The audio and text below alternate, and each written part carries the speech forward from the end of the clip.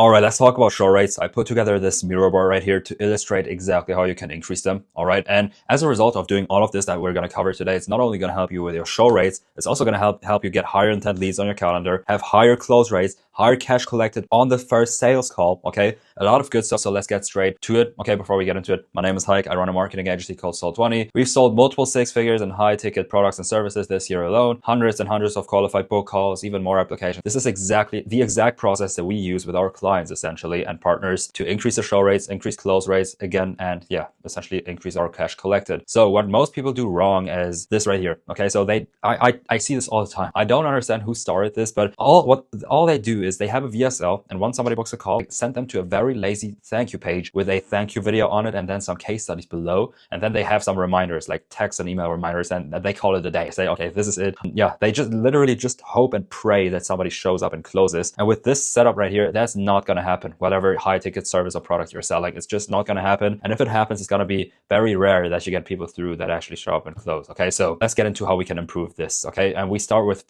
the front end messaging. That's the biggest problem. By the way, just for some context, what we run is a VSL funnel and a webinar funnel, and it works with both. So essentially, when somebody books a call, we send them to the system that I'm going to cover today. And yeah, this is where we use this show up process, right? Let's talk about messaging. And that's the first step that many people get wrong. If you're attracting the wrong clients or the wrong prospects, okay, if you're attracting low quality prospects, obviously they're not going to show up. Okay, obviously. And even if they show up, they're just going to waste your closer's time. Okay, because, and I see this all the time, I don't understand why people do that. What you want to do when you're first starting out, I'm talking like below multiple six figures a month, you want to target solution aware people with your ads, for example, right? Obviously, you're not going to get product aware people from your ads. You want to target solution aware people first. And then once your ads scale, we're talking $600, $700, $800,000 or more per month, then you can expand into more broad target audiences, like problem aware people. So what I call it, and just to illustrate it even better, is solution aware people are people who are actively searching for your solution. Okay, they're in market, right? Problem aware people are people who know that they have that problem, but they're skeptical about your solution that you're pitching them. All right. And then unaware people are just unaware people who are never going to buy your product in the first place, and they make the biggest chunk of the market. Okay. So obviously the smallest chunk of the market is going to be the people who are actively searching for your solution. That's why you want to start targeting those in your messaging and your ads and content, right? And once you run through those,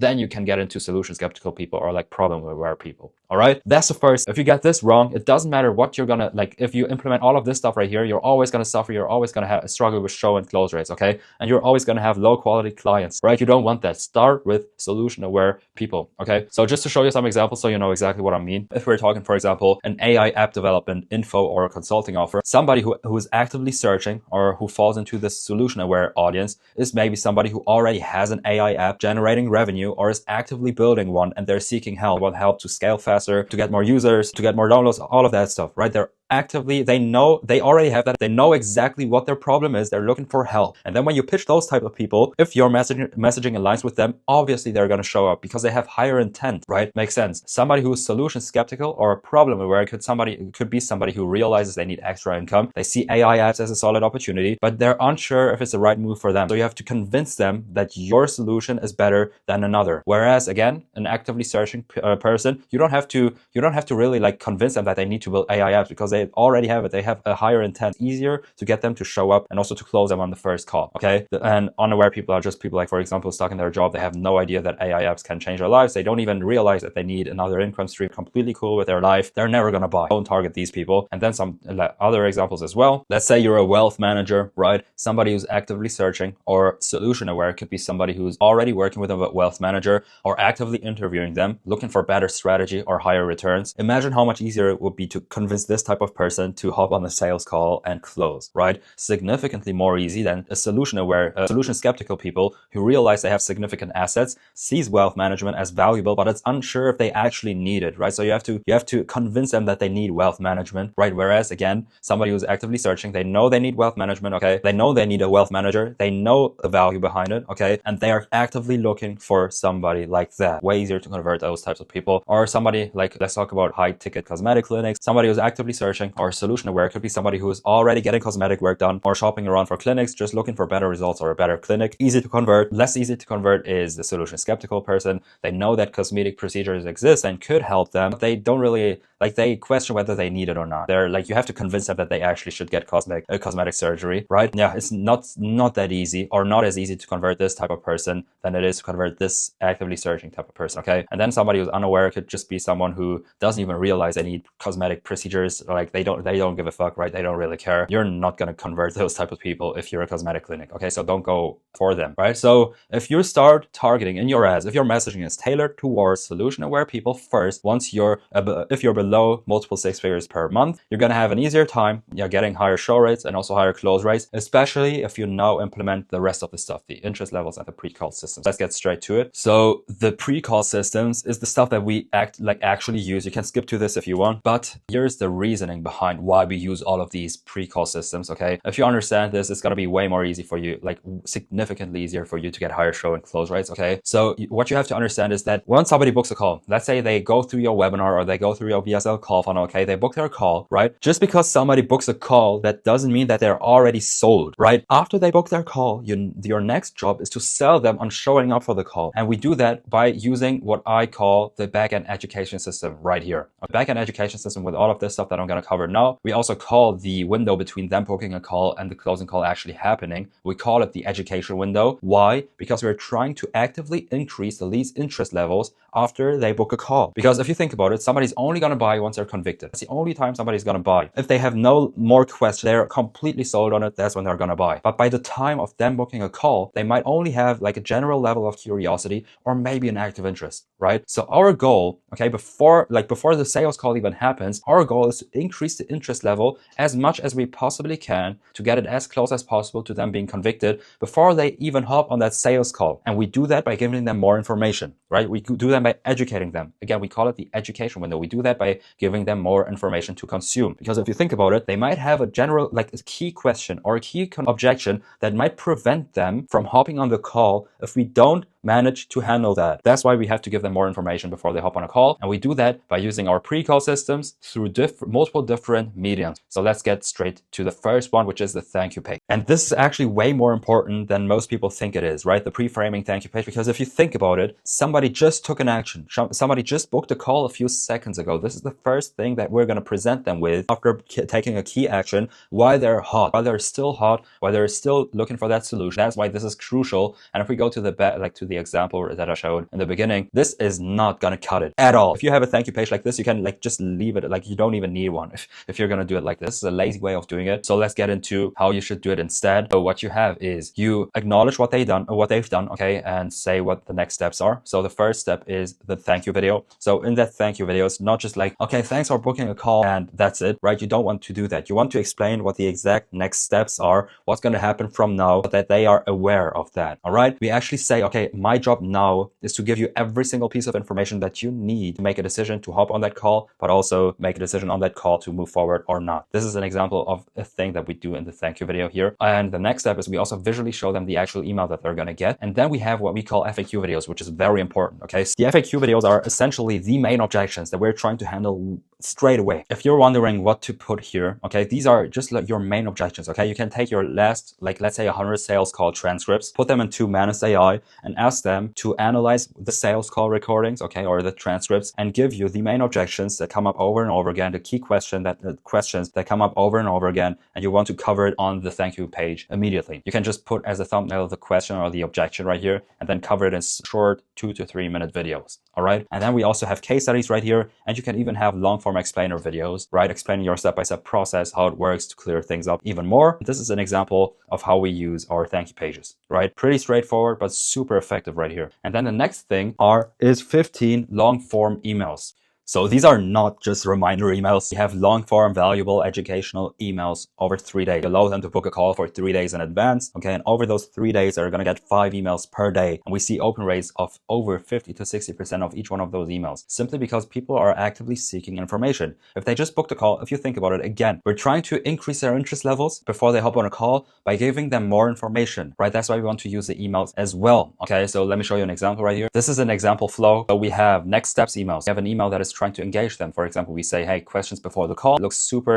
authentic, sent from my iPhone. We also have we show case studies, we show proof. We handle the frequently asked questions that we see all the time on the sales calls. We simply want to give them more information through the emails as well, just as well as the thank you page, okay? The emails are just like a different medium, another medium that we're trying to use to increase their interest levels and give them more information. So besides the emails, we also have SDRs. I have my guide right here that we use at our company for all of our SDRs. So again, as you can see right here, the interest spectrum is right here on the first page, very first page, because again, the main job of the SDRs is to increase the leads interest level. It's not just to pre-qualify them. It's not just to make sure that they hop on a call and they have money. That's not the main goal. The main goal, obviously that's also part of it, but the main goal is to increase their interest levels by giving them more information, like asking for the objections that they have or like the questions that they want to have answered, right? Because again, if you think about it, as I said, if they have a key question that's left unanswered before the call happens, they're gonna no-show the call. Okay, chances are that they're gonna no-show the call. That's why our goal is to again answer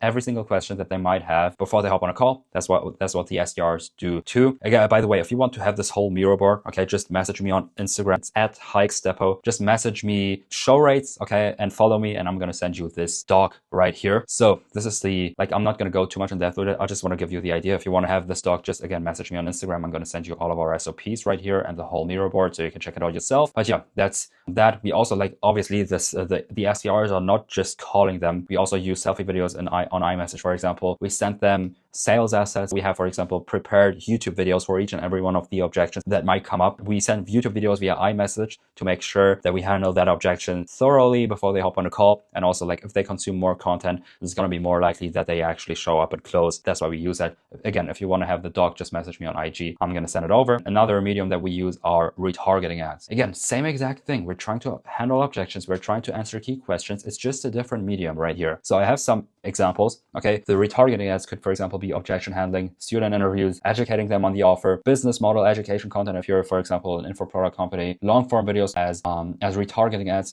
after somebody books a call. This is what Jordan Lee does, for example. You can check these out as well if you have the Miro board right here. So whenever somebody books a call, you can put them into a custom audience, okay, for a specific time period, and then you can run retargeting ads to those people, and that's also going to help you a lot with your show rates and also close rates, because again, we're trying to handle objections and increase their interest levels before they hop on a call so that the closer has an easier job as well. And then the last is the YouTube channel. We engineer our YouTube channel in a way, we call it the puzzle method, right? Why do we call it the puzzle method? Because every single one of the videos cover a small part of your solution. So if you view your solution as a whole picture, as a whole image, right? And each and every one of your videos is covering one small part of that picture, it's like a puzzle, right? You have to put the puzzles together to get the full picture. Now, if you think about it, if somebody just booked a sales call and they're obviously interested in your solution and seeing the whole picture, right? That's why if they get to your YouTube channel and they see one video that covers a specific part of the process that interests them, okay, if they watch that, they now want to get the second piece of the puzzle, okay? That's why they watch the next video, and then they want to watch the next video, and then the next video. It's it becomes binge worthy, right? They want to see the whole picture, and since you have engineered your YouTube channel in a way that every single one of your videos covers one small part of that whole picture, they have to watch all of the videos to get that whole picture. Obviously not everybody's gonna binge watch your YouTube channel, right? But that's just the way we try to set it up, okay? So that even if people watch 2 or 3 videos only, okay, let's say one video is 20 minutes, okay, that's already an hour that they've spent watching your videos. Think about how much more likely it is now that they're actually going to show up and close, right? It's way more likely that that's going to happen. That's why if you do it this way, if you follow the puzzle method on your YouTube, it's going to help you with your show and close rates. And also, just like if somebody books a call, obviously they're going to research you. They're going to do some research on you, or for example, if they check out your ads, they are somehow going to get to your YouTube channel, okay? And if you follow the puzzle method, it's going to be likely that they check out 1, 2, 3, 4, 5, 6 YouTube videos, and by the time they hop on a call, they're already going to be warm. They're already going to be easy to close, right? You're going to have easier time closing people and also getting people to show up for sales calls, right? And the way you can get ideas for your YouTube channel is just use your sales call transcripts, okay? Simply use your sales call transcripts, see what people are actively asking, okay, all the time. Then you can have a video for each key question essentially and cover that on your YouTube channel, okay? That's it. If you follow all of this stuff right here, if you have the right messaging, if you message the right type of person, okay, which is first of all the solution aware people, if you account for the interest levels and understand that your goal is to increase the lead's interest level after they book a call, okay, before they hop on the sales call, and if you implement all of these pre-call systems right here, you're gonna see higher show rates, obviously also higher close rates, way higher intent people on the sales calls because we gave them so much information to consume before the call even happened. We're going to have a higher cash collected on the first sales call. It's going to make your life way easier. Okay, if you want to have this mirror board, message me on IG. It's @HikeStepo. Message me show rates and follow me. I'm going to send you this. And also, if you're selling a high ticket service or product, check out the first link in the description and let's talk how we can scale it. And that's it from me. Thanks for watching.